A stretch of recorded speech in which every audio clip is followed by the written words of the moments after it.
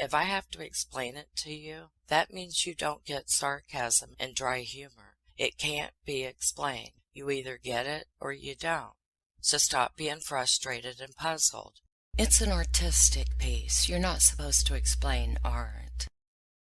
Hi, this is Kimberly.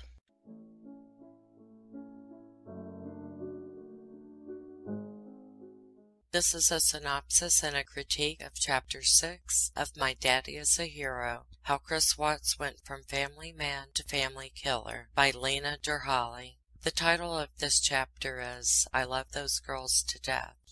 As Chapter 6 begins, we're still on Wednesday, August 15, 2018.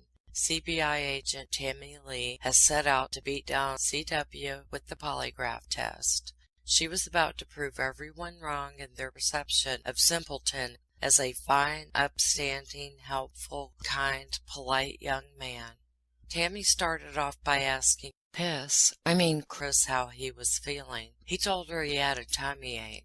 I wonder if he thought that might get him sent to the nurse's office, thereby delaying the inevitable. But no, she pretty much shut him up mid-sentence on that one. Tammy told Dipshit she appreciated his nice guy attitude, telling him what a big boy he's been so far, and oh, how very brave. She didn't have a sticker to give him, though. His wife Shanann always has some nice, brightly colored stickers. They had alphabet letters on them that spelled out inspiring and uplifting bullshit. Messages on them that Shanann would read out loud and explain what it meant. Lately, though, he had been sneaking an extra sticker and wearing 2 of them at the same time, all day, even though he had been mean to Shanann and had picked out a new mommy to play house with. When he had promised on a Bible in front of almost everyone they knew, except for his parents and sister, but he promised Shanann was his one and only forever and ever, amen. He did not deserve that extra sticker he had been sneaking, because he was breaking vows and promises and such. But back to the story. Tammy thanked Puddinghead for being such a big helper to her and Mr. Coder and all of the police officers, and then told them what they were going to play a game that was kind of like a test.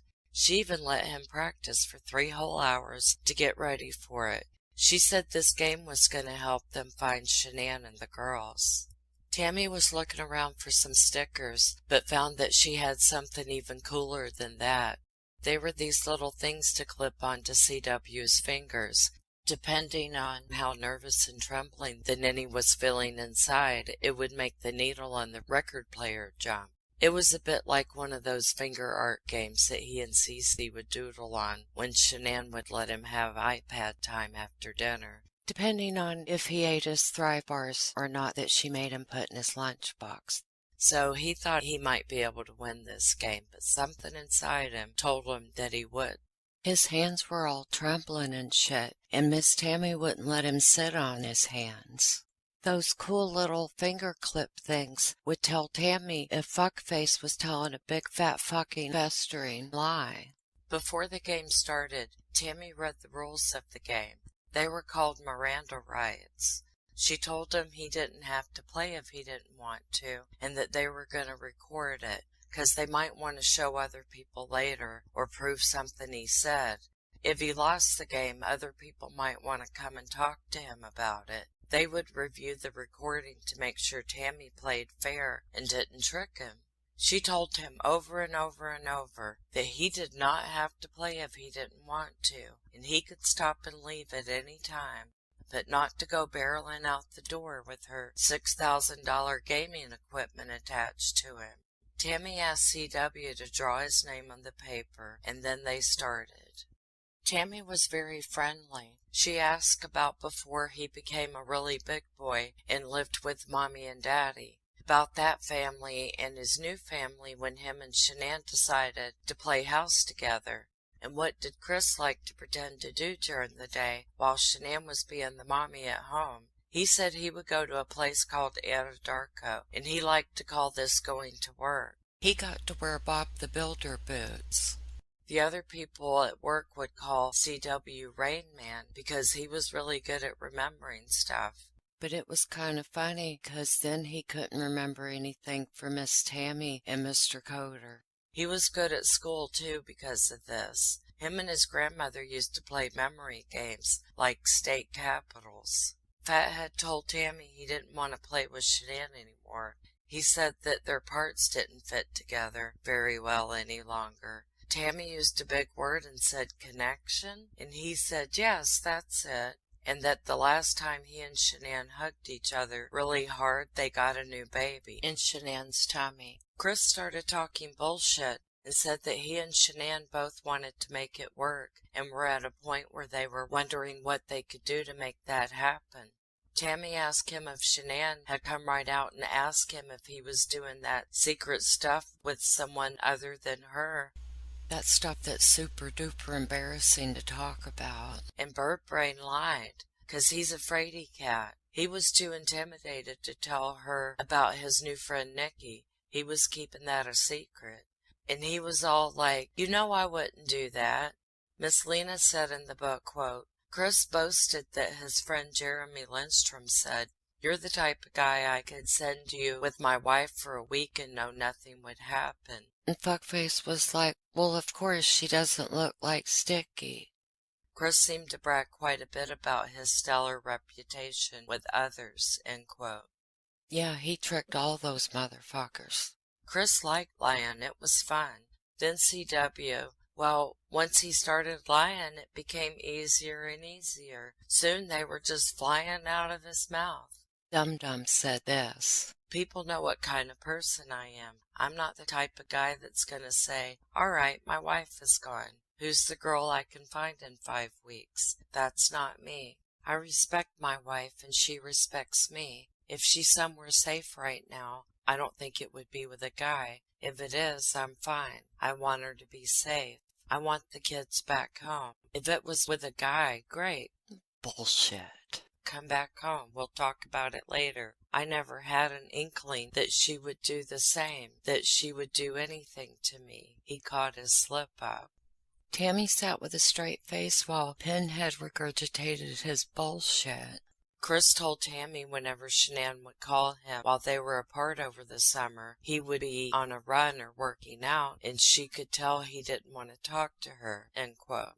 But I know the real reason Half-Wit sounded out of breath whenever he would answer the phone. Him and Nikki would play circus with their clothes off. Nikki liked to show off her acrobatic skills to CW. She had learned some keen moves in yoga class, and she had become quite flexible. And ever since they started doing that, he had lost interest in playing with Shenan. But he didn't want to tell her because she would get pissed off that they had been taking their clothes off. And he was in the middle of making bad choices and fucking up his and everyone's lives around them. It had become quite a quandary, and he was tired of everyone wanting to talk to him about it. He told Tammy the last time he saw Shenan was on Monday morning. They had a bit of a squabble, and then he put on his Bob the Builder boots and outfit and went off to work. Tammy started asking a lot of questions, and it was making CW's tummy ache even more. It reminded him of when he lived with Mommy and Daddy, and Mommy would get on her hands and knees and shout and peek through the crack under the bathroom door, and would ask him what he was doing and all kinds of hard questions that he didn't want to answer. Tammy was being just like Mommy, with asking all kinds of nosy questions. It was pissing him off so bad he wanted to choke her. Or smother her. She wanted to know what he did on Friday. He said Shenan left that morning to go to Arizona, and her friend Nikki picked her up to go to the airport very early. He hung out with the kids at the house because they didn't have school, due to it being a teacher work day. This is why Chris took that day off of work. He went to get groceries, had his glasses fixed, and went to Target. They got back from their errands around 4:30. Casanova, Bella, and Cece all had dinner and did the usual bedtime stuff. Blockhead had become quite good at playing the daddy when he and the girls would play house. Chris and Shenan spoke on the phone, but she didn't FaceTime with the girls. They would have lost their shit if they saw her face. They didn't handle being separated from Shenan very well, so a rule had been established about not FaceTiming until they were older and could handle her being gone away better. Belle in particular would constantly ask about Mommy. I wonder if that pissed off Chris and shit. But Friday night he put the girls to bed and said that he chilled out. Saturday morning they played inside and then went outside until it got too hot. Jeremy Lindstrom's daughter called Mary in the book, which is footnote 2, because she's a minor. The author has used a different name, but she came to babysit that night so CW and NK could go out on their hot and heavy day. She and Chris had not been able to play circus as much ever since Shanann and the girls had come back home from North Carolina. He left around 5 that afternoon for his date and got back home around 11. But I think he said he was supposed to get back around 10. And then I found an error. The book says, quote, he also had dinner at the Lazy Dog restaurant with his co-workers, end quote. It should be co-workers, singular, or NK or Nikki. Not huge, but I want y'all to know I am on it. But wow, she totally skipped over a lot of shit. I told y'all this is the condensed and concentrated version. I think the fact of NK looking up anal sex to prepare for this date deserved at least a small mention. Not to mention the $60-odd credit card charge that caused Shanann to flip her wig. But damn, just as I was being all self-righteous and shit, I realized I was fucking wrong. I hate that. I wasn't gonna tell y'all, but this is the 4th time I went to point out some shit that Miss Lena did wrong, and then upon further investigation, I realized she's not wrong. I'm telling you, Miss Lena needs to provide some help to me regarding my trust issues stemming from that last book that shall remain nameless.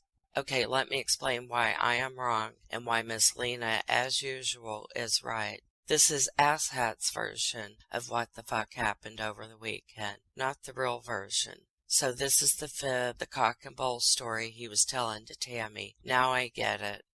Now that I've acknowledged my embarrassing error, let's continue, damn it. I'm sorry all of y'all have to suffer because of my undiagnosed ADD. So, Fuckface claims he went to the Colorado Rockies game, and then he met with his co-workers at Lazy Dog. Then he innocently went home, and the girls were in bed asleep. He had warm cookies and milk, tucked himself into bed, and had phone sex with 𝐏𝐞𝐽. He wadded up the tissue, threw it away, and went night-night. On Sunday morning, the girls watched 𝐊𝐴𝐽𝐽𝐽 cartoons, and they had a nap and some cold pizza from dinner the night before, and then they went to Jeremy's house for his son's birthday party. A good time was had by all, and the girls were soaked from the water balloons. They had a shower, ate cold pizza again for dinner, and went to bed. Chris had described a very calm and wholesome weekend. Bella got up twice asking about when Mommy would get home. Bless her heart, that angel knew something was amiss. I just know she did. She's such a sweetie. Pinhead claims that he felt Shanann get into bed around 2 a.m., and that she was wearing her usual attire of a t-shirt and underwear, and that she always wore her wedding rings even to bed. Chris said to Tammy that it was unusual for the wedding rings to have been found on the nightstand. Fuckface claims Shanann had asked Lamebrain to wake her as he arose for work so she could start raising hell and questioning about the credit card charge. Get a shower and get the airport off of her. So he did, but asked if they could talk first. Their so-called emotional conversation took place where Shanann wanted to bitch slap him. They talked about selling the house and downsizing. Fucktard supposedly told her he didn't feel the connection anymore, and that they both started crying. And for those that have forgotten, this is where Shanann said, and I will refer you to Discovery page 605, quote, Chris said Shanann asked him why, and asked him why he wanted to give up. Chris said Shanann told him, fuck you, and fuck you, and fuck you, end quote. Chris claims he said, quote, no, this isn't like someone came into my life and took me from you. There's no outside influence coming from this, end quote. And he probably did say something like that, because he's fucking chicken shit. He's such a dumb fuck, Fraggle Rock, asswipe, earwax eating, jeepers, idiot, fool, HE double hockey sticks, despicable, repugnant, dumbass, chicken fucker, great Scott, dimwad, booger flicking, beyond the pale dickhead, dipshit, horrifying, wonky wanker, obnoxious, lick spittle, nauseating, annoying, rotten, unpleasant, fungus dripping, bottom of the barrel sludge, fucktard, eat shit, man. What a fucking loser. He was going above and beyond with his stupidity that day. Shanann accused his dumbass of being a cheater, to which he continually disagreed with, instead of just fessing up. Then he blathered on and on about first he thought Shanann was just hiding out with the girls, but now he was getting a sinking feeling in his tummy that something precarious may have happened. Then Tammy started playing not so nice. She was asking him hard questions, like did he think if her fancy game thing would be able to tell if he was lying about causing Shanann and the girls' disappearance. He pretended to be chilled out and shit. He kinda knew how to pretend because him and Nikki had gotten into these role-playing games lately. But he was failing. He did a belly flop and started babbling. She asked him ways that he could make someone disappear. He came out with an incomprehensible stream of words that seemed to just stop and hang in the air, like when he said hitman. Hitman, Tammy prompted. I'm just being honest, Chris said. That's what I want, Tammy told him. You would hire somebody, or you would have somebody you know that would do it. It's a hard question to answer, Chris said, laughing, because I had nothing to do with the disappearance, if you're asking how I would do it. How did Agent Tammy Lee keep that deadpan look on her face? Dumbass started listing off ways one could cause one's disappearance through murder. And when CW would get stumped, Tammy Lee, without being facetious, offered up a few ideas to get him going again. Chris enjoyed this part of the game. He could tell he was getting good at it, so he wanted to do a bang-up job. Whenever Tammy offered him a suggestion, he wanted to outsmart her. And when Tammy asked him to explain further, he did. He always had a fully developed asinine answer and a snappy comeback. Dunderhead was getting all excited and animated and said, quote, you could have somebody waiting around the corner and an accident could happen, such as getting hit by a car, end quote. Tammy mentioned you could kidnap someone, and Chris added that you could take someone somewhere and torture them by leaving them without food or water. Chris continued by saying that you could beat someone to death or poison them.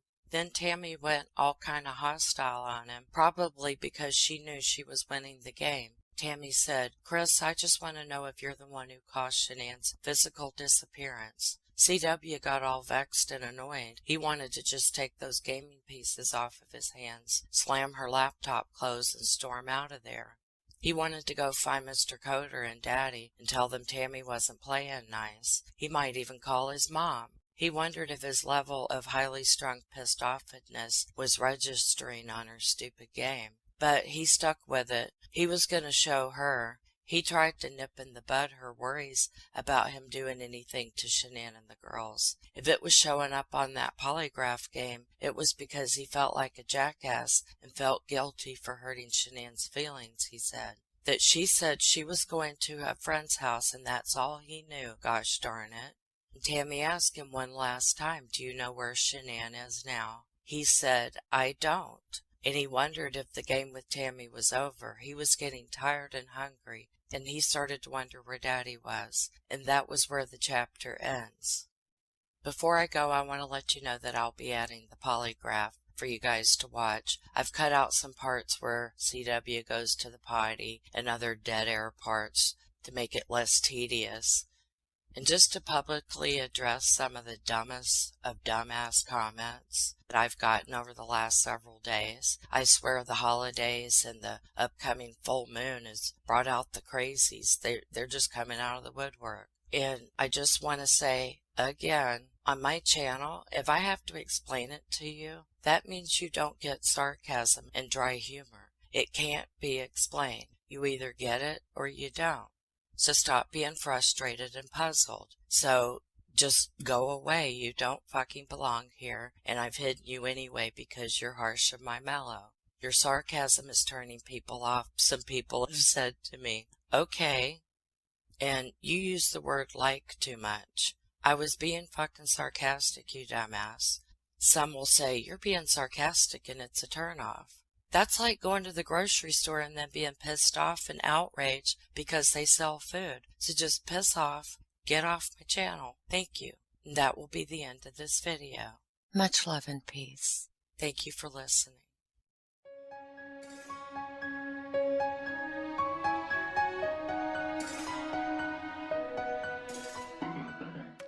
One of the things we were talking about is as we mentioned yesterday, just knocking out the polygraph. Yeah.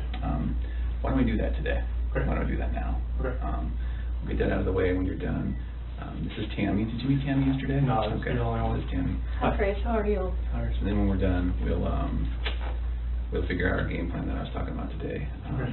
Does your dad have availability to use the car if you're going to be here for like an hour or more? Can you drive? Oh, he can drive. Okay. Yeah. Okay. And I'll go explain to him everything that's going on. Okay. He will know where to go, but. Oh, okay. Well, we can. Well, the house, he knows how to get to the house, but okay. if it's not ready, he can't go in there. But. Okay. Does he know how to use GPS on his phone? Or Yeah, but he wouldn't know, like, you know, where else to go besides my house. Oh, that's true. That's just, you know, I mean, yeah, I can tell him if he gets to go to my friend's house, if Okay. I'm not sure, like, if I'm be here for an hour or like 4 hours. You want me to just go talk to him and let him know when the house is going to be ready and all that, and when he can go? Because he can go grab a bite to eat or something, right? Oh yeah, like if there's everything should be open by now around here. So Okay. Yeah. I'm sure. Well, he's been flying since like 5 o'clock East Coast time. So. Okay. Why don't we knock this out? Okay. I think it's the best thing to do to move past all of this, and then I'll go talk to your dad. He'll have the keys. Everything will be good. Okay. Yeah. You have this number, so you can call him when you're done. There's like no signal in this place, so. That's bad, isn't it? That's why I couldn't talk to you earlier. Like yeah, it was. Between him and me, we'll figure out how to communicate best and get him where he needs to go. Okay. Yeah. I've been getting text messages from like a lot of news places. Okay. I don't know really like. You know, I think that's part of maybe what we game plan today. I mean, not just here, like Yeah. Today show, or I don't like know what to do with that. Well, I think that you certainly can do whatever you need to or want to do, but I think that after we knock this out, we get back to the team and we make a plan. Okay, so I've been getting different like advice, like as far as like her mom says, like if it's a kidnapping, then she says not to talk to anybody. Yeah. So like I'm like torn of what to do. Well, Her mom told you not to talk? Yeah, her mom's saying because she was advised by someone like police or a detective there that like if he talks to the media, it might. Oh, to the media. Okay. Mm-hmm. But I thought you were talking about to the police. Oh no, like just the media in general. Like Yeah. 'cause it's gone. I mean, Today's Show, Good Morning America is trying to get a hold of me, my parents, friends. So I just. Sometimes we release details that maybe the public they want doesn't details know. from me. I know. So And that's why why I'm like I don't want to impede with what's going on here, and put the things out because I've watched enough shows that say like, all right, don't put things out there before the police. Because then you don't know if somebody really knows or if they just saw it on TV. Mm-hmm. Yeah. Well, let's do this. I think while you're doing this, it's going to be completely okay to ignore your phone and the media and everyone, right? Okay. So let's get this out of the way. I think it'll really clear your mind a little bit, right? All right. So why don't we put a halt on the phone, on texting people, on Good Morning America, all those stuff. I haven't responded to any of them. Let's focus on this. Yeah. Let's focus on this. Let's knock it out, and then let's talk. Okay. All right. All right. All right. And girl, you'll come in. I'll go get you when we're done. Yeah. Okay. Yeah. Okay. Yeah. Okay. Thanks. So go ahead and have a seat right here, Chris. Sit on this. Yep, I know. I'll explain what that is here in a little bit, but you don't have to worry. It's not on or anything right now. It's not gonna buzz you or anything. I've never done this before. I know. A lot of people haven't had polygraphs before. It's not like a normal thing that people go through. A lot of people, like obviously in law enforcement and places like that, they have to go through polygraphs for their job. But other than that, most people never take a polygraph in their entire life. So. Yes, I have like no idea like what to expect, honestly. Yeah. So how are you feeling today? I'm sick to my stomach, honestly. Like, the first day I thought, okay, she was just somewhere. Sure. And after yesterday, all the activity at my house, I didn't know, it went to the other extreme. I've just been like sick to my stomach that either somebody has her or she's in trouble and the kids are not safe either. Right, right. Well, and I think that's totally awesome that you're here today. I mean, I commend you. We do this in all of our missing person cases, so don't think that we're just singling you out like, oh my gosh, they want me to take a polygraph. Anytime, someone was the last person to see people or, it's a missing person case, we start from the inside and we work out. I mean, that's pretty much what we do. So I've done polygraphs on the 𝐻𝐸𝐴 case. I don't know if you were here for that. The name sounds familiar. The girl that went missing in Westminster and okay. that, yeah. And then just the one that we had in Thornton last year or the year before. So we do this all the time. So please don't think that you're being singled out. Like this is one way that if you didn't have anything to do with it, that we can let the investigators know, the people that really do need to know, that are looking for your wife and your little girls, to let them know, like, you know what, don't focus on Chris, focus over here, because obviously we've already cleared him, he's good to go. Now focus on the real person that did something through this, you know, to Shannon and little girls. So, okay. So I am, my name is Tammy. If you can call me Tammy, I'm an agent with the Colorado Bureau of Investigation. So it's a CBI. It's kind of like the FBI, but for Colorado. Okay.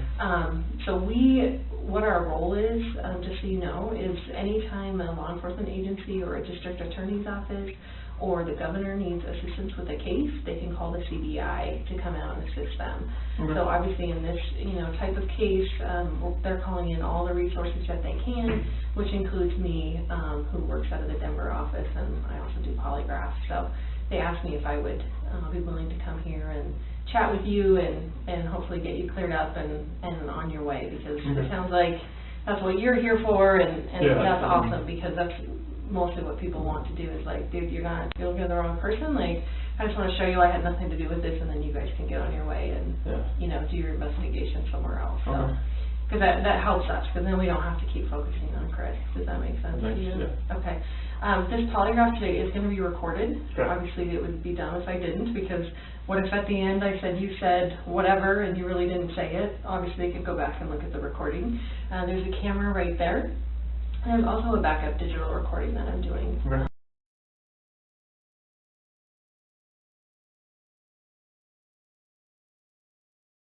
It fails me the second I try and trust it. It always fails me. So, so you said that your cell phone, is it off right now? Yeah. That would be great, because we can't have anything like buzzing, vibrating, ringing, that kind of stuff. So this will take at least a couple hours. To do the polygraph, just because it's a real structured type of interview process. I have to go through a bunch of things with you. You're going to get the same polygraph that I gave someone last week. So it's very structured, and we go, you know, in order and that kind of stuff. And you're going to know the wording to all of the questions I'm going to ask you on the test before we even take the polygraph. So don't. A lot of people come in here and they think, oh, they're just going to, you know, attach all these components to me and then just start asking me random questions that I've never heard before, and of course I'm going to react to that. That's not at all how polygraph works. And I'm actually, yeah, you're actually going to probably know more about polygraphs than anyone before you leave here today, just because I explain everything to you and how everything works, okay? Obviously, you're probably nervous about taking today's test. Honestly, I would think something is wrong with you if you weren't nervous about coming in here to take a polygraph. Even if people are like, I don't have anything to hide, it is nerve-wracking. And I have taken tons of polygraphs, obviously, in my training. I went to 10 weeks for training. I've been a polygrapher for about 5 years. I went to the best school in the country. So I want you to have confidence in the fact that if you had nothing to do with this disappearance, like, we're going to find that out today, okay? I have the best training that they offer in the United States. We use the most validated testing, the way I'm going to ask you the questions. So believe me, if you had nothing to do with this, I will be able to show them that today, okay? So that should give you some confidence that, you know, this is how, like, you're going to be cleared today if you had nothing to do with it, okay? There's actually only, you know, nervousness or anxiety cannot cause you to fail a polygraph. A lot of people think that too, that if they're really nervous that it could cause them to fail. If that were the case, no one would be allowed to take polygraphs, because every single person is nervous or anxious about taking a polygraph, okay? I thought that's how it worked. On nervousness? No. There's actually only 2 ways you can fail a polygraph, okay? The first way would be if you fail to follow my instructions. I'm going to give you a lot of instructions today about how to sit still, how to answer questions, things like that. So if you fail to follow those instructions, you will not pass today's test, okay? The second way would be if you choose to lie to me today. Lie to me today, okay? Obviously, this is about 100% truth. Even if there's, you know, something that you didn't tell the investigators, you know, since Monday, I guess, is when you ended up, the police were involved. If there's something that you didn't tell them since Monday, like, that is totally fine. Like, I get it. You know, people aren't going to remember every single detail every time they talk to someone. As long as you tell me what the truth is today, you will have no problem with passing, okay? I promise you that. And obviously, I mean, I hope that, you know, if you did have something to do with their disappearance, it would be really stupid for you to come in and take a polygraph today. Exactly. Right? Like, It would be really dumb. Like, you should not be here right now sitting in this chair if you had anything to do with Shanann and the little girl's disappearance. Okay? Okay. And it's Celeste and Bella, is that right? Yeah, I'll call her CC too. CC, okay. If that comes up. Okay, perfect. So, and I know very small amounts about the case. Okay. Just because I want to know less about the case, because I want you to be able to tell me about the case. I don't want to have some preconceived notions about the case, and that's why I don't want you to assume that I already know details because you told Detective so-and-so, you know, that kind of stuff. I want you to be able to tell me like you were telling someone for the very first time about what happened when we get into actually talking about what happened, okay? Obviously, Chris, you're not under arrest. I have no plans on arresting you. At any point today, if you decide you want to leave, the door is right there. There is it locks us in here. Oh, okay, yeah, I saw that last night. So there's a key in there now, so you can, if you just turn the key, it lets you out, okay? And at any point today, even after all these components are attached to you, if you decide at that point, you know what, I don't want to take this polygraph, I don't want to be here, this is BS, whatever, that is completely fine. Just please allow me to unattach my components before you drag my $6,000 instrument on the floor and run out of here. And it's kind of a little maze back here, so I will show you the way out at any point if you decide, you know what, I don't want to take this polygraph, I don't want to be here, I don't want to do this. That is completely fine. The door does have to be shut for privacy just because noise does affect the polygraph. And I will read you your rights today, and that's just because the polygraph components are pretty restrictive. You know, they go around your chest and stuff, and you may feel at some point that you're not free to leave, but like I said before, at any point I will unattach all the components and show you the way out if you decide, even in the middle of the polygraph if you don't want to continue to take it, okay? So, does that make sense to you? Yes. Okay. So I'm going to give you kind of a roadmap of where we're going to go today, just so you know what to expect and that kind of stuff, okay? So we're going to first start by going over a rights and consent form, and that's that Miranda rights form. I'm sure you've heard of it. You know, you hear it on TV shows constantly. Most kids can recite their Miranda rights. We're going to go over that, and again, it's just so that you know you're free to leave and that you're not under arrest, okay? And then we're going to do a consent form, and that's just something that's required by my bosses to say that you're actually consenting to the CBI doing a polygraph on you, okay?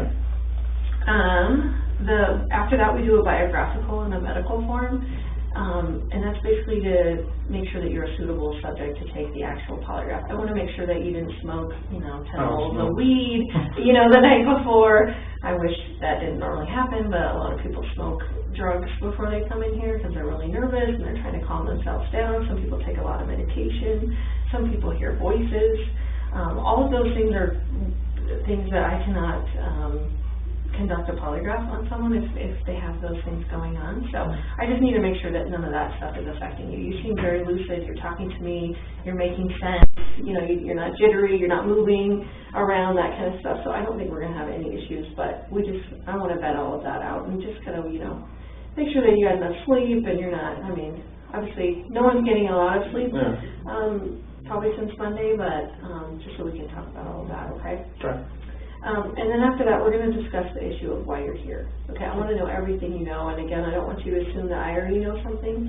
I want you to kind of start from the beginning and like telling someone, maybe, you know, a friend that you hadn't talked to since any of this has happened, and you're basically having to relay all of the details of exactly what happened with Shanann and the girls, okay? And then after that, we're actually going to take a bathroom break. I'm going to let you take a break, you can use the bathroom, get something to drink. That water there is for you if you need that at any point today. And then you're going to come back in here, I'm going to explain to you how and why the polygraph works. Again, you're probably going to know more about polygraph than you even care to know before you leave here. I'm going to explain how it works, and then we're going to go over the questions that are going to be on the test.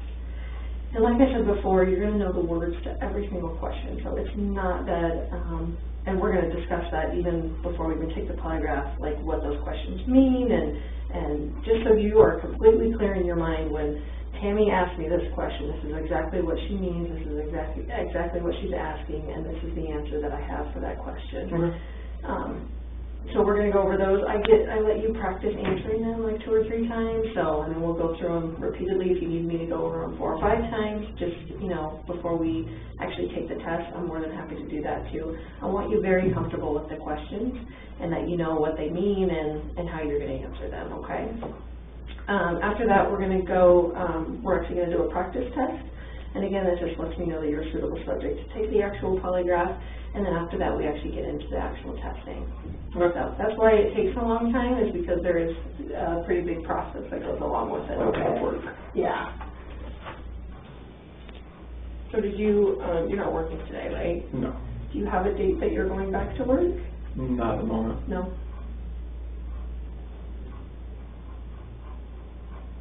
How long have you worked for Lena Derhally? January 2015. So, About 3.5 years, almost. yeah. Do you like it there? Oh yeah. Yeah, I worked for Covenant Testing Technologies before that. And what is that? That's a contract company for oil and gas. Oh, And before that, I worked for Ford for 11 years as a technician. Oh my goodness. So does that translate into No, well, darker stuff? it's mechanical. I mean, like, I like to fix things. And when I moved out here, I worked at Longmont Ford. Okay. And I moved up pretty fast there, but I hit that like kind of plateau, that kind of just like I couldn't go, it got stagnant. And I was having this carpal tunnel syndrome in both my hands, and I mean it was bad. Like I was doing this like all day, you know, like it was bad. Yeah. So, you still have that? I don't even know. Can you get rid of carpal tunnel? Oh, like it was just the onset of it.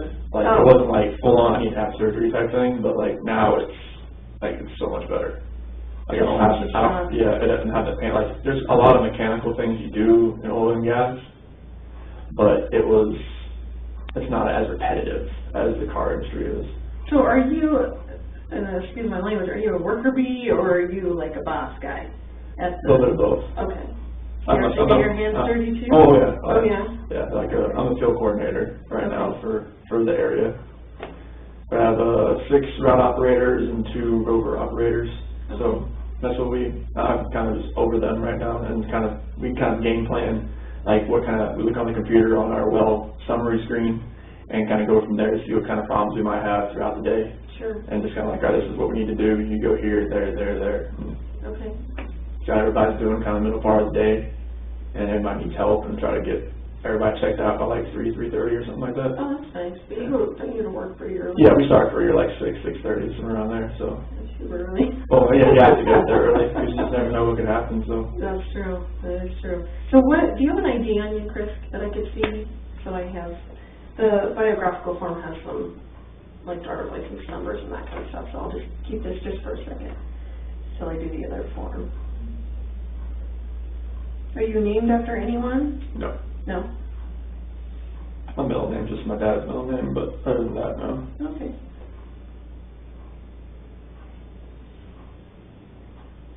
If I mispronounce your wife's name, please correct me. For some reason, just think of shenanigans.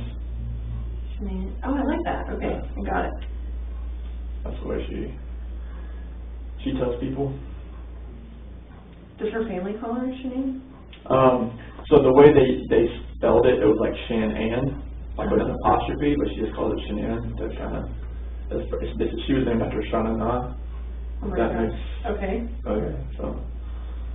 Is it B-E-L-L-A? For Bella, yes. Okay. And Celeste is C-E-L-E-S-T-E. Perfect. All with the same last name? Yes. Right? Okay.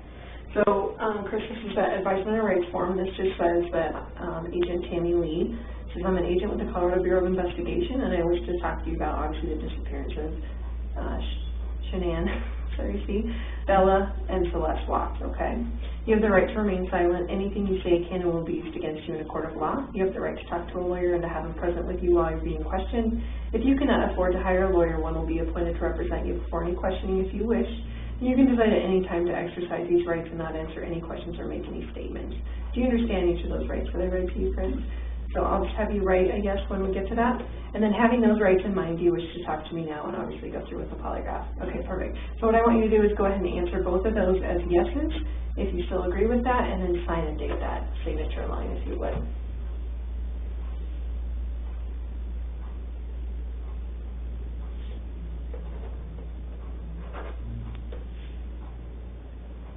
Have you always been a Tar Heels fan? Yes.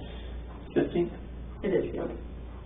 My son is like a huge Tar Heels fan. I don't even know why he likes them, but maybe because the nugget stuck. I don't know. Well, that's Carl used to coach here too, and he was a Carolina guy. Oh, he was? Yeah. I didn't know that. Yeah. Do you go to any, like, do the Nuggets play Carolina? North Carolina? Oh, no, North Carolina is that's the college. Oh, college. Oh my gosh, I'm sorry. Sorry. You're right. Yeah. Okay. I'm getting all my teams mixed up. You're right. Did you go to college then? No, I wish I did. You That was did? nice. Yeah. Well, where did you go to college? I went to NASCAR Tech and it's in North Carolina as well. NASCAR is the name of it? Man, it was a mechanical school. Oh, really? Yeah. Very cool. It focused on regular automotive and then the NASCAR portion as well. Oh, very cool. Did you learn a lot of stuff? Oh, yeah. Is that like kind of elite mechanical school scope? It was part of the Universal Technical Institute. Like, it was part of their program, plus the NASCAR part, plus I went to the Ford, the FAC program there as well. So. Wow, that's awesome.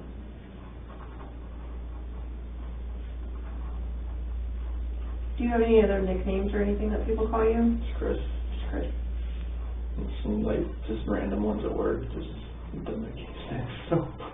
Like what? Some call me like Rain Man because like when I go to a site or something, like if I do it once, I'll remember it, and this is one of those things. Like, do you remember like phone numbers and license plates? And that stuff I don't really pay attention to that stuff. Though. It was like when I was really young, my grandma used to always quiz me on like state capitals like every day, and like when I was waiting for my sister to come out from middle school or stuff like that, she was always like just pinging stuff off my memory. Really? And just like everything. I think that's how it built. Yeah. For what it was and what it is. No doubt. That was your grandma that did that? Yeah. My mom's mom. Is she still alive? No, she passed a few years ago. Was she pretty old? Mm-hmm. Yeah. Yeah, she was. Lived a good life? Yeah, she was. Good. Were you close with your grandparents? Yeah, I went over to her house every afternoon after school and helped her out. Nice. Being outside, stuff on the inside, and she always cooked me lunch, some German food, kernels and goulash, schnitzel, all kinds of stuff like that. My first husband was German, so we had German sausage and rice all the time, and then just their German food is just amazing. Love it. So Shanann's legal name is hyphenated? I've never seen it written that way, but that's the way her parents always said. That's how they did it. Okay. Shan and apostrophe A-N-N. Okay. It's easier to say it when I spell it out, but we keep wanting to say Shannon, of course, but a lot of people call it Shannon. Yeah, oh yeah. Her parents sometimes call her Shannon.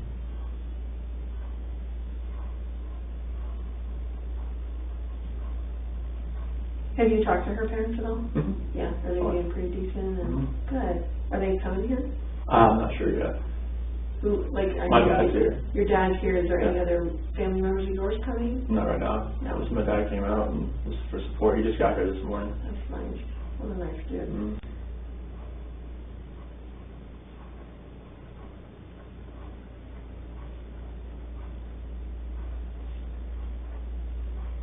Okay, so this is that consent that my bosses require, and this just says Agent Tammy Lee has advised me that she's investigating the matter of, obviously, the disappearance again of Shanann, Bella, and Celeste. I hereby say that to the best of my knowledge, I'm in good physical and mental health. I also state that no force, duress, or undue influence has been used against me, and that I am consenting to this polygraph interview on my own free will. I understand that the results of this process will be released to, obviously, the Frederick Police Department, the District Attorney's Office, and the FBI.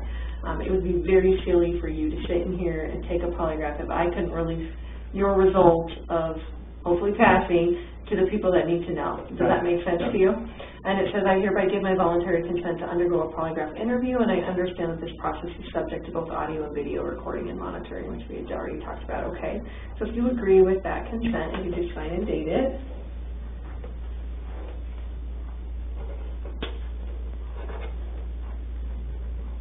So where did you stay last night? Because I know that Nick and Amanda's house. Nick and Amanda there.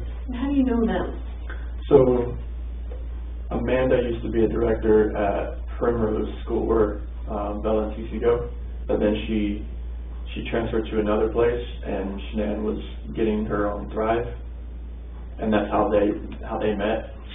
So Amanda transferred to another Primrose? Yeah. Okay. So like Shanann couldn't like talk to them about Thrive, the direct sales business, like while they're at, like they weren't allowed to like talk like, you know, outside, like if their child goes there, I don't know, something about the school rules or something like that. So once she left, she talked to her about Thrive and got her on Thrive, and then me and Nick started running together here and there, and that's how we met. So is she like a, what do they call them, a downline from Shane? Yes. Okay, so she's like one of the sellers that recruited or whatever? Yeah. Okay. And I don't even understand Thrive, I'll be honest with you. Like, I'm even a chick, and I don't understand what all of that Thrive stuff is about. It's vitamins and minerals, and it's all plant-based, non-GMO stuff. It's really healthy for you. Yeah. Do you do it? Yeah. Oh, you do? Mm-hmm. Okay. Yeah, I was 245 pounds when I started. No way. Yep. How long ago was that? 2016. Wow. I've been doing it for a while. Oh my gosh. So, I think the only thing I know about Thrive is like patches or something. Is that what that is? Well, it's 3 steps. You have like vitamins. You have 2 capsules you take when you wake up, 2 pills. Okay. And then you take a shake with water and put on a patch. You have a patch on right now? No. Oh, I want to see what a patch looks like. It's just like a little square piece that just kind of goes on your skin, and it's like, it absorbs, like it opens like up your pores a little bit, and the vitamins kind of absorb like through your skin, like time release throughout the day. Like, can you tell you feel better when you have the patch on? Mm-hmm. Really? Yeah. Very good. How much are patches? Just the patches themselves? Or are you supposed to do this in combination with all the other The stuff? 3 steps. Okay. That's what I call it, the 3 steps. But like, I feel like you could sell it. I feel like you know enough about it. You could sell it. She has me on the as like I signed up underneath her. Oh, okay. So like, you know, I'm part of her team. Oh, okay. But she kind of runs that part of it because she knows like I'm not the type of seller. I'm not a seller. Yeah. I don't like. You're not a salesman. Yeah, like I would like say too much. She says about the product. Instead of, like, sometimes it's not so great because of this, or... Yeah, it's like I would just give out like too much information about the product instead of just having like them call her. Do you sell it to any of the people that you work with? There's one person that I work with that uses it. Who is that? Troy. Troy? Yeah, he I works. think I heard that name, Troy McCoy or something. That's a funny name. Yeah, we call him the real McCoy. The real McCoy. Everyone's like, his parents like actually named him Troy McCoy. Super cute. So he works for you, is that right? Or he works with me. He's the other field coordinator. Oh, okay. And he's got a lot more experience than I do. He worked in Kansas before he came here. Kind of shows you the ropes. Yeah, he showed me a lot about different things, and I picked up a few things that he didn't know, and just kind of like, we worked together pretty well. Thanks. Is this the correct address for you? Yeah, it actually is.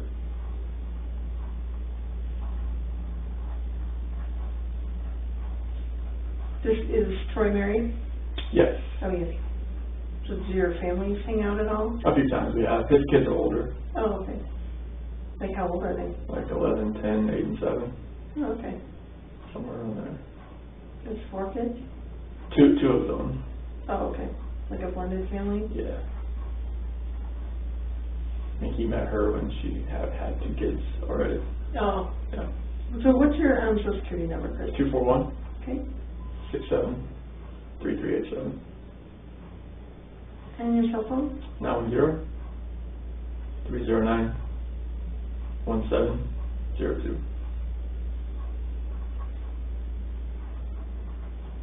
And what's your date of birth? 5/16/85. How old does that make you today? 33. And where were you born at? In Fayetteville, North Carolina. How do you spell Fayetteville?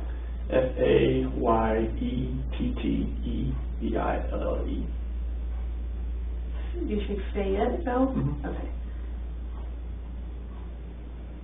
And this says you're 225. Is that correct? 180. Okay. Was that a lie on here? What year? What year was that? That was 2014. No, I was 225 then. Oh, okay. Yeah, I gained some more weight. What do you think made you gain weight then? Celeste, pregnancy. Oh, really? I gained more weight than she did. You're a sympathetic eater? When I went and got her Oreos, I ate a few on the way upstairs. I'm not gonna lie. That happened a lot. Now, can you do the Thrive stuff when you're pregnant? Is that safe for that? Yeah. Yeah, because it's all natural or whatever? Yeah. There's different variants of the patches that she she can't use because like some of it's for weight loss. Oh, you don't want to lose weight while you're pregnant, right? Or it's more like for fat loss, and that's like they recommend not using that type of patch. Okay. So as far as growing up goes, and I'm actually done with that, so you can put that away. Thank you so much. Who all was in your family? Who did you live with? My mom and dad, okay. My sister. And your sister? Yeah. So just 2 kids? Yes. Okay. And what's your sister's name? Jamie. Have you, is Jamie coming, or have you talked to Jamie? I've talked to Jamie and her husband. Yeah. Yeah. How old is Jamie? So she'll be 40 this year. Okay. She's 39 right now. Okay. She's a little... Yeah, she's 7 years older than me. Yeah. So you were at home by yourself for a little while, huh? Yeah, we didn't really get close until I got like older because that was such a big age discrepancy. So you get along with her well now, and her husband and stuff. Yeah. Do they have kids? 2. 2 kids? Yeah. How old are their kids? 10 and 7. 10 and 7. Do you get to see them very often? Or? I just saw them like when I was in North Carolina. Oh, you did? Yep. Nice. When were you in North Carolina? So it was the August 1st to the 7th. Nice. And how far did you get in school? So I graduated from high school and I got through the NASCAR Tech program. Nice. So you got a GED or an actual diploma? So it's like a certificate, I guess. It's not really a diploma because it doesn't have like English, math, science there. It's just strictly like mechanical. No, but through high school. Oh yeah, I got a diploma. You got a diploma? Oh yeah, okay. definitely. And then you got a, I'm sorry, like a certificate from NASCAR Tech that I completed their programs.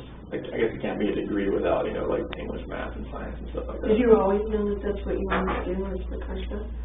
It was, if I could go back, like, I'd probably just use that more of like a hobby. And maybe like dive more into the technology part of it, like, because we had like an Academy of Applied Technology when I was there, in the high school I was in, maybe go into more of the computer programming part of it. So are you like a pretty techie guy?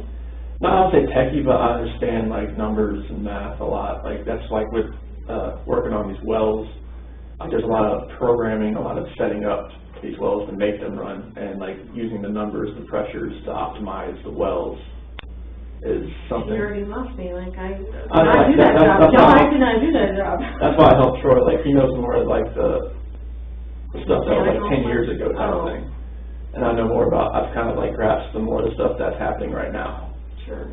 And that's how like we kind of like work together. He's like, if he has to work on a pumping unit, like all right, I'll help. You got this. If I get working on like a normal well and setting up like setting it up, he's just like, here you go. Like I will just watch. But does that translate into like my husband is a techie guy in our family, so like he sets up all our routers, like when I get a new phone, he sets up my phone for me just because he has that brain that I don't have as far as being a techie person. So are you kind of that person in your family? I can do that. I can do that kind of stuff. I can't like do code or anything like right. that. But you're not writing computer code? No, I can't. 0101, that's not right. All that kind of stuff. Right, okay. Awesome. So, in your job now, like, what is your title? So I'm field coordinator. Field coordinator, okay. And you've done that for 3.5 years or whatever? So I was an operator. Like, well, it's the same. Like you're an operator. You're operating the oil and gas locations. This was just I was an operator, and then I was an operator but / rover. Like I would be going around helping people. And now I've went up to field coordinator. It's like now I just kind of like tell people like this is where we need to go and. Like, we need help, let's go there. So when did you actually get promoted to that? When one of our other field coordinators, he went to a different group, the 𝐬𝐢𝐬𝐻 group, and our other field coordinator had to go down to Texas to help, so me and Troy got elevated up. So that's what happened. Okay. We were just kind of backfilling. We didn't know, like, if it was permanent or not. And it turned out to be permanent, so. Wow, that's awesome. So tell me about, like, kind of give me a synopsis of your childhood, like, what your parents did for a living, you know. My dad was a parts manager for a Ford dealership. Okay. It's kind of where the cars came from. See it. And my mom, she was like a secretary and notary for used car dealership. Oh, okay. So like yeah, she born into it. She sold the cars too, but like she was more of a secretary and notary and kind of she bounced around a couple different used car dealerships. My dad stayed at the same one, changed the name a little, changed names. Then he went to like a different one, but it was the same. He did the same thing. and he did like parts manager and body shop manager, and that's where he's still at now. So how would you say you grew up as far as like your family structure? Were you guys religious? Was there a lot of discipline in the home? You know, like, or who was the disciplinarian in the home? So like we went to church, I would say not like every Sunday, but pretty regularly, you know. And what church did you guys go to? It was like First Baptist Church. Okay. And I mean, discipline, I was the quiet kid. I was the, you know, I just kind of followed it. I mean, my sister was the rebellious one that always, you know. You're like, I'm a good one. It's like I never, like, yeah. And my sister was the one that got the most of the, she was the one that showed me, like, that's what I don't want to do. Right. I would wake up to my mom and my sister pretty much arguing every morning. That's how I went, okay. They're like, I don't want to wear this, I don't want to wear that. I'm like, okay. And you're like, Mom, what do you want me to wear? I'll wear whatever you want. I'll just go, if I didn't do it, you know, don't wear it today. Right. Kind of thing. But yeah, like, my dad, he was a disciplinarian. He was? Yeah. What kind of discipline did you guys have in the home? Just, I mean, it wasn't like physical or anything like that. It was just, you know, like, just verbal, like, you know, this is what you need to do. And just follow that. Like, if my dad ever raised his voice, I knew that was like, that was my work phone, sorry. Oh, okay, I was like, whoa, forgot about that.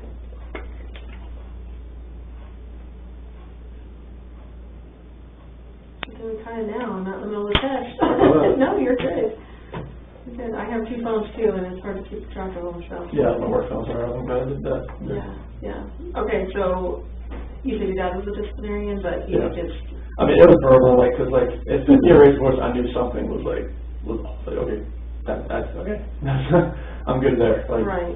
Did anyone struggle with like drug or alcohol abuse or anything like that in your family? No, I mean, my dad did at one point, but it was like after I left.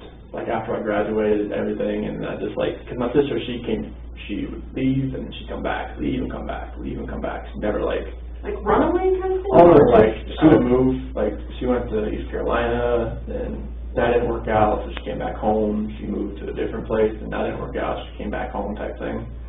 And like when I left, I was on my own, and I was like self-sufficient, and I never came back, and I think that hit him pretty hard. So they expected you to come back, do you think? Oh, he was used to me being around. Like, you know, he's my hero, he's my best friend. Your dad is? Yeah, so like that's where I think that kind of hurt him a little bit, because like once I left, I didn't move back. So tell me, when did you, so you're talking about for college, like as soon as you graduated, you moved out? So is NASCAR close to where you guys live? Like, no, like once I graduated high school, I moved to Mooresville, North Carolina. That's about 2 hours away. Okay. And that's where I live. I never moved back. I mean, I came back to visit, but I never moved back. Okay. So you go to college, is it a 4-year college, 2-year college? And that program I finished in 52 weeks. So it was like 1.5 years, almost 2. Okay. Oh, actually, wait. That's like a year. 72 weeks, sorry. Okay. 72 weeks. So 1.5 years. And then where did you go after that? I worked at Mooresville Ford and worked there till 2012. So that was like 2003. That's when I was going to NASCAR Tech, and I was working there as like a porter, moving cars around, changing the oil here and there type thing. And then once I graduated, they moved me into more of a line tech as far as like actually fixing things. Okay. So from 2003 to 2012, I was there, and 2012 to 2014, I was on Mount Ford. Okay. Did you have like any high school sweethearts or like girlfriends from NASCAR Tech or? There's no. There's probably no girls in NASCAR Tech, I would imagine, but. There was like a handful of girls that actually went there, so no, it was like I didn't have any girlfriends hardly after high school. Okay. What about when you got done with NASCAR Tech? Oh yeah, like there was girlfriends like that in Mooresville in there, so nothing really serious. Nothing serious. Yeah, I met Shanann in 2010. Oh, 2010? Yeah. Okay. And how long did you guys date before you got married? I'm assuming you were married? Yeah, 2012 is when we got married. Okay. Dated a couple years? Mm-hmm. Nice. Did she live in Mooresville? She lived in Belmont at the time. So how did you meet her? Through my cousin's wife. And my cousin's wife and Shanann, they knew each other from from a wheel shop that she ran. That Shanann ran, or the cousin's wife? No, that Shanann ran. She ran like 3 different stores. Like auto parts? Wheels, tires, audio, custom stuff. Oh my gosh, you're just all in that. All in It's all like crazy. Okay, so we're gonna, I'm just gonna ask you some of the medical questions just to make, again, sure that you're a suitable subject. And you said you've never taken a polygraph. How would you describe your physical condition right now? Good, fair, or poor? I'll say good. Good. Okay. Have you had any major surgeries or injuries within the last 6 months? Are you in any discomfort right now? As far as like pain and like yeah. No, not really. Okay. You know, maybe mental anguish or whatever, but just as like, far as like physical or sick to my stomach kind of thing. Yeah. Obviously you're not pregnant. No. Have you eaten in the last 24 hours? I had a pizza last night and protein shake this morning, so that's it. Okay. What time did you have the pizza? So right when I left here, so it was like 11. Okay. And what time did you have the protein shake? Probably about 7:30. Okay. Was that with all your 3-step process? Mm-hmm. Okay. What time did you go to bed last night? Probably about 12:30. Okay. And what time did you get up? Probably about 5 and just kind of looked at my phone. Okay. And you say that the other Amanda and Nick? Amanda's house. Okay. And how would you rate your sleep? Good, fair, or poor? Is there anything that came forward fair? I'll put it in the middle. Okay. Okay. I'll give you that box.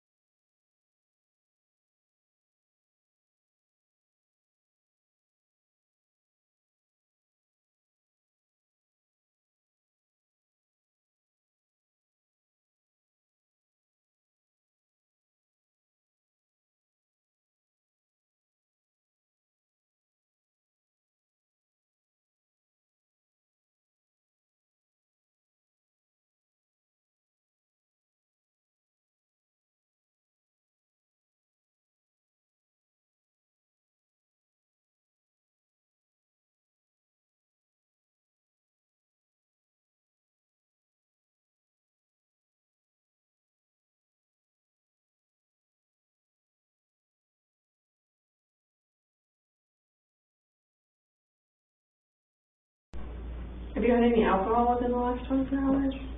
Do you drink alcohol? Only with like if I'm going out somewhere, like with friends coming over. I don't drink by myself. Okay. That's not. I don't think that's really. How often would you say that you drink in a given week? Like how many beverages would you have? If I drink something, just be like 1 or 2. 1 or 2 beers? Or yeah, beers. I don't do. No hard alcohol. No. Okay. Any legal or illegal drugs consumed within the last 24 to 48 hours? No. That includes even cough medicine, you know, anything like that? No. So you just had vitamins, is that right? Okay.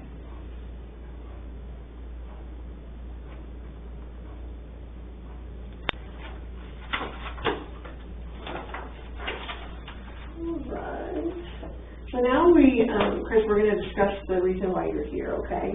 So now what I would like you to do is, again, kind of treat me like, you know, someone that has no idea about anything, and that you actually have to start from the entire beginning, like kind of start when, I would say when you met Shanann, just kind of explain your relationship, I guess, just so I understand it, as far as, you know, meeting in 2010 and, you know, when the kids came about and that kind of stuff, and then just bring me up to the point of, you know, yesterday. Okay. If you could. All right, so 2010 is when we met pretty much through Facebook because of my cousin's wife, and she like recommended us as friends type thing, and that's how we kind of started talking. And our first date was at a movie theater. Didn't really impress her much because it was actually a nice theater. I didn't really know what I was walking into as far as like I walked in, and there was like a doorman, and he was all dressed in a suit, and I was in camo shorts and DC shoes, and I was like, yeah, I was like, okay, hopefully I'm very underdressed for this. But like I walk in, I see her, and she's all dressed really nice, and like she told me like after the fact, like, man, I hope that's not him. kind of deal, like, because like we know what each other look like, but like I wasn't really dressed for what we were doing then. But on the second day, I actually made a mistake again wearing the same thing because I kind of forgot what I wore. So I went to a K-Rock concert, and like I think that's kind of where I won her over, because like we actually got to like the actual concert, and like I forgot my ID, so I couldn't actually get in. So I actually ran back like 2 miles to the car and got it and came back. And I was just like, I was just like soaking wet. I was just like, it was like middle of July, August, in like South Carolina, and humidity and everything like that. It's on Army base. So I ran back, got it, and everything like that. And then I think it was our next date, we actually went to Myrtle Beach, and like she had lupus. Well, her lupus was really like acting up in North Carolina. So like she had like these flare-ups, joint pains, all that kind of thing. And we were driving back, like she laid on me pretty much the entire way back. And I think that's when like she realized, like, this guy's actually pretty nice, because like he didn't tell me like, all right, get off my lap or type thing. Like I just let her just rest on me the entire way back. It was like 2.5-hour ride from Myrtle Beach to Charlotte, the Belmont area. But yeah, everything flourished from there. Like in 2011, I proposed to her over in Ocean Isle Beach. Like that was around our anniversary, and I did it right out there on the beach at night. And I could tell, she was extremely tired, and I was like, I just want to do this. I want to do it like today. And she knew like so why are you being so like persistent to get me like out here right now? I was like, oh, let's go out to the beach. It's a nice night. Proposed to her on the beach, said yes, and everybody was ecstatic and everything. And she's very organized. She's like OCD about like organization, putting things like you saw like the pantry. Everything's just like named in a container all the way down. Like it's very easy for, if you just came into our house, you would know what stuff was. You would know like where everything was. It would be easy. So like everything was just, she was planning the wedding. Everything was great. And then 2012. We were here, but she was planning the wedding from here. But everybody was back in North Carolina. So it was a, guess you call it destination wedding if you want, because they fly back for that. But we got married in, it's like this DoubleTree Hilton hotel that was there. It was like in the court, it was in November, and it was underneath one of those big tents and everything. It was beautiful. And it was amazing. And we went to Myrtle Beach for the honeymoon. And then 2013, December 17th, that's when Bella was born. Like we've been trying for a while, and nothing was happening as far as getting pregnant or whatnot. And she said, so since we're not getting pregnant, since it's not happening, like I'm gonna buy a supercharger for your car. Like, okay. And then it turned out that weekend we conceived Bella. Oh my God. The week she bought me a supercharger for my car. So it was Did you take that back? I'd already put it on. And it was actually like a special order, like part that was sitting in a dealership. Okay. Stuff like that. So like it was ironic that it happened that, like bought a supercharger for my car, and then that weekend see Bella. And then Bella was just a gift. She didn't think she could get pregnant because of the lupus and everything like that. Like the doctor said, it could happen, it might not, but it happened, and it was a blessing in disguise right there. It was like, oh my goodness, it just happened, So like, did she have normal pregnancies? Was Bella's normal? Bella's was she had shoulder dystocia when she was born. So was like her shoulder was? She was turned. Oh, just turned. Yeah, where like they had it pushed her out. But she had a vaginal birth. Oh yeah, all that. That was. Cord wasn't around her neck. Nope. Or anything like that. No. Okay. Nothing like that. So Bella was born December 17, 2013. And she was a gift, so we just go along with Bella, and then and CC was born July 17, 2015, and we had this whole little thing staged up with Bella in the crib and a little eviction notice. Like she was there, and it worked out pretty well, because she was just staying there crying, like, like I don't want this type of thing, So I'm one of those that went like viral on Facebook, so that's weird. It would be yours. Yeah, she was sitting there crying with a little eviction notice, and she recorded it, and it was an amazing day just to see that. And then Celeste, I was there, like she had a midwife for this one, so like they actually had me like, you can stand here and like catch her, and like, but Celeste came out like so fast that like I barely had a chance to go like this, and they moved me out of the way, because she just like came out. So it was, Celeste, I was a lot better with Celeste, because with Bella, I didn't really know like a lot, like what I should do, what I could do, how to calm, stuff like that, like, you know, burp, swaddle, everything like that. Like, I didn't, you know, I had like no idea. I just pretty much watched, like, all right, how do you do this? And then with Celeste, it was more of like, that's why Bella kind of like, she's a mommy's girl. And when 𝐶𝐶 was born, did you care if it's 𝐶𝐶 or Celeste? No, okay. Go for it. All right, when 𝐶𝐶 was born, it was more like, all right, I know how to change a diaper. I know how to do all this. Like I can do this. I can help like a lot more. That's why 𝐶𝐶 is more of a daddy's girl now. Like whenever she gets in trouble, it's just like she said, Daddy. And Shanann gets mad because like, all right, don't cuddle her. When she gets in trouble, like she's in trouble, leave her alone. Like she just bit Bella, you know. She just like hit Bella, like don't coddle her. That's where I'm from, coddle her. So it's like having them both around is just like absolutely amazing. They're like two peas in a pod. Like Celeste is more the rambunctious, just like all out. She either goes or she's sleeping type thing. So she's always getting in trouble, always like trying to find something to climb, jump off of. Like, is that like you or is that like Shanann? Bella's more like me. She's more of the calm, just like she's cautious type thing. Like when 𝐶𝐶 I think fed off of Bella a little bit as far as like, all right, she's my sister. She's the younger one. She's the youngest person in here besides me type thing. And she kind of fed off of her and some of her friends that like came over. And that 𝐶𝐶 just kind of like built that attitude. She was just like, yeah, she's a rambunctious little munchkin. Like if I'll show you a picture, but it was off. But like when she was on the plane coming back, I mean, she just had just like this face like that, like don't like. She was excited to be on there, or? Oh, it was just like she was like being like. You can imagine a little kid in a plane in a seat. Like she feels like she loves to move around. She doesn't like sitting in the same spot. Type thing. And then when Shanann told me about the third child, it was just like, all right, let's see what we got now. See if we can, boy or girl. I mean, we're trying for a boy. So now we're just like. Is it a boy? We haven't told anybody yet, but yeah, it is. Oh, it is? Yeah. Can they find that out that early, or? At 12 weeks, they could find out. Really. Oh. She had one. The ultrasound was last week. Let's see. Yeah, it was last week. So found out it was. Were you both there for yes. that? Oh, nice. Yeah. So it was like right when we got back. So it was like this guy went back on the 8th. So it was on the 8th. That was the ultrasound. Get my days mixed up. Like now, I'm not sure even what day it is right now. But yeah, we had ultrasound. 15th today. I was thinking about Monday, Tuesday, Wednesday, Sunday, all that kind of stuff. But like, yeah, we haven't told anybody yet. So both the girls were born out here. Right? Yes. Okay. Yeah, Bella was born at Good Samaritan. 𝐶𝐶 was born at Vista.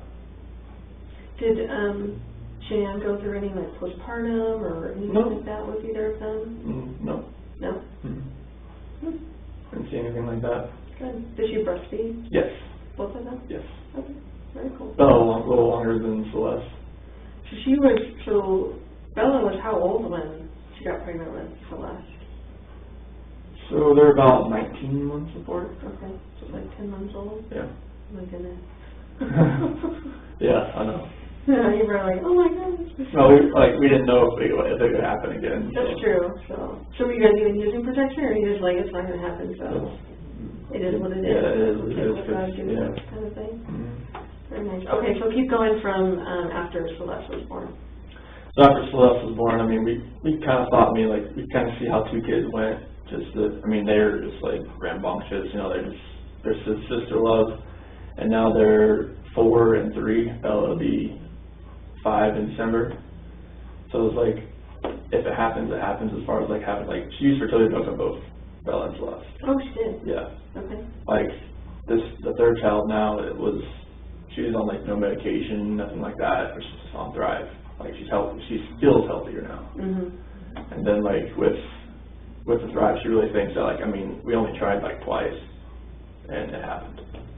So she really thinks that it was more of being a healthier person sometimes just having the stress off, like, you know, I've had my kids, so this is just a bonus. If, you know, Oh yeah, like that. Too, Yeah, like, that could definitely like. Seems like a lot of women think, oh, we're, you know, we can't get pregnant and they have a baby and then they're, you know, they're not worried about it anymore. So then they get pregnant again. They're like, oh, I didn't think it would happen again. So, Definitely. yeah. So, tell me about after that. So. It was just like, yeah, after we didn't think it would actually happen. So like, we really think that being on like being a healthier like lifestyle, being healthier, really helped this. Like, I mean, only really trying twice and then boom, and like it happened. So it's just been. And when did she find out she was pregnant? I would say it was in probably the 1st or 2nd of June. Okay. Not very long ago. Yeah. And she's about 14, 15 weeks right now. Okay. So why don't you bring me up to, let's start, why don't you start with like, so you guys went to North Carolina, so maybe just start from the trip to North Carolina. I guess you met her there maybe for part of it, is that right? Yeah, like she was there. So we got back we went to a Thrive trip in San Diego, and it was at the end of June. Okay. And then I think it was June 26th, that's when we came back here. Her dad was watching the kids. And then that same, like later on that day, they flew to North Carolina. Okay. So why don't you kind of start there and just take me up until yesterday. Okay. And so, as detailed as you can. Okay. So like while they were in North Carolina, it was like they're there to see my family and obviously her family, and just kind of like, because they haven't seen the kids in a while, as far as our kids. And so they were just there, she had a couple things she wanted to do there as far as like meeting up with her promoters and customers. That she had a bunch over there in North Carolina, so she was hoping that she could meet everybody else over there and have like her dad and mom and my mom and dad like have fun, with the kids. And great babysitters, heck yeah. I know. But yeah, it was mainly like just a little family vacation for them right now, for them on that trip, for everybody just to see the girls. And Celeste's birthday was during that, on July 17th. So they had a birthday party there with like jumpy houses and stuff like that, and they FaceTimed me during it so I could see it. They didn't have a birthday party out here for her because it was, you know, when they got back it was in August, so. Right. So, but yeah, I got to FaceTime and watch it all, and it was pretty much just hanging out with family the entire time. Okay. Yeah. And I was here just going to work and working out and going running and just keeping the house up and doing that, and just, I waited till my flight was July 31st, and I flew out there for a week, and I flew out there for a week so I could fly back with them. So we went, so July 31st, I got there, stayed at her mom and dad's house. The next day we drove to the beach, stayed there for about 4 or 5 days. It was in North Myrtle Beach. And first time the kids were seeing the beach. So they were ecstatic, obviously, seeing waves, being in the sand. They love sand. Unfortunately, they love sand. Because it's just like you get them back, you just got to shower them off. Because CC was so like into the beach that, I mean, her bathing suit was just full of seashells. It was like, okay, let's get all this off of you and rinse you off, please. Right. But yeah, it was an awesome trip. Like just seeing them react to the ocean, and then we went to like Broadway at the beach. It was in Myrtle Beach, like an outdoor little mall, and they got to go in these like little, like where they strap you in a harness and you get to jump higher. And Bella and Celeste, they loved that. They just loved jumping that high. It was amazing. Nice. Yeah. And then I went to see my grandma, my dad's mom. She's in a nursing home, so like some days she remembers people, some days she doesn't. And luckily that day she did remember me, so that was really a good day to go in there and went in there with Shannon and the kids, and obviously like they had already been in there a few times while they were there. Sure. Yeah, and they were. She lights up when she sees those kids. I call her Mama. That's what she always calls, but Mama, she light up when she sees the kids, and she remembered me, and that was great. Yeah, and my dad came and picked me up, and I went over there and stayed with my parents for a day, and just kind of like hung out with them, saw my sister, her husband, their kids, had a little cookout and everything, and it was awesome. And then the next day, I think it was the 7th, yeah, August 7th, yeah, we went to her parents' house, got everything packed up, ready to go, and flew back here.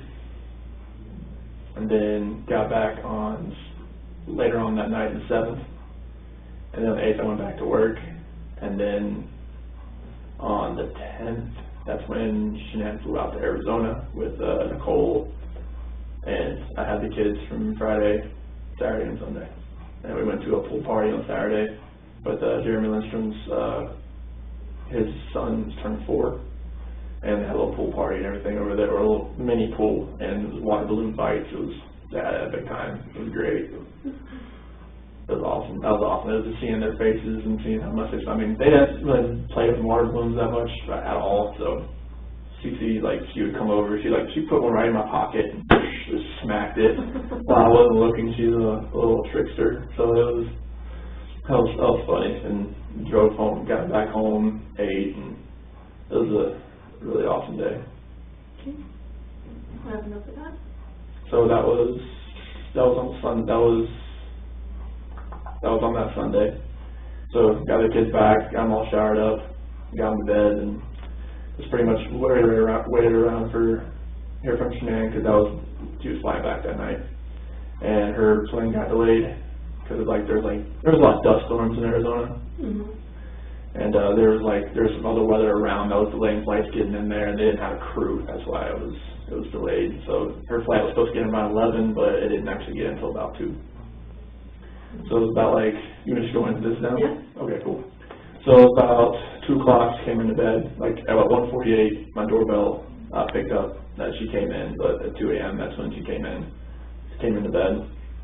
And about 4 o'clock that morning, so my alarm went off, so that's when I usually get up, get ready for work and whatnot. So I get up, get dressed, brush my teeth, deodorant, all that kind of good stuff. I don't really take a shower because I work in the oil field, but I'll take a shower when I get home, type thing. And she told me before she got in that I want to wake up, when you get up, just take a shower, get the airport off me, type thing. So I woke her up about after I got ready and everything, and then we had a talk about the selling the house and about separation and stuff like that. It was an emotional conversation. Obviously, we were both crying, and after we talked, she said she was going to take the kids to a friend's house, and that she'd be back later on that day. So it's okay, that's fine. So I went downstairs and packed my lunch and filled my water jug and got my computer and everything and loaded my truck up, and I went to work. And then once I got to work, started working, and about 7:40 or so, I texted her hey, I hadn't heard from her. I was okay, I didn't know where she was going. I didn't know what friend's house she was taking them to, or what friends she was going to with the kids. So I was hey, text me, let me know where you went, where you took the kids. And I didn't hear from her. It's normal for her not to respond to me, because when she has her direct sales people, she'll get back to them first, because that's what she does. So for her not to respond back to me, that's happened plenty of times before. So continue working, and I noticed it's about noon, she hasn't got back to me hey, call me. I've called her once before that too. And then about 12:10, that's when I got a doorbell alarm on my phone saying someone was at the front door, and that was Nicole. And so I called her, and I was hey, what's going on? She's I haven't heard from Shanann all day, no texts, no calls. And I'm all right, this is kind of strange. So Nicole was at the front door, and she's okay, her car's here, I can see her shoes, because we have this little rectangular long window next to the door, and she could see her shoes right there and whatnot. She's all right, something's going on. So she called me, she was all right, I can't get a hold of her, something's going on. And that's when I came home. That's when I left to come home. So Nicole called me, all right, there's going to be a police officer here when you get here. I'm okay. They couldn't get in because the latch on the top door that's what we kind of put over, just to make sure, if the kids try to go out the front door, they can, because that's there. But the keypad on the outside of the garage door doesn't work. So they had to wait until I got there. I got the garage door opener, I hit it, we went inside the house, and car's there, car seats are there, purse is still there, phone's on the couch, her wedding ring sitting on the nightstand.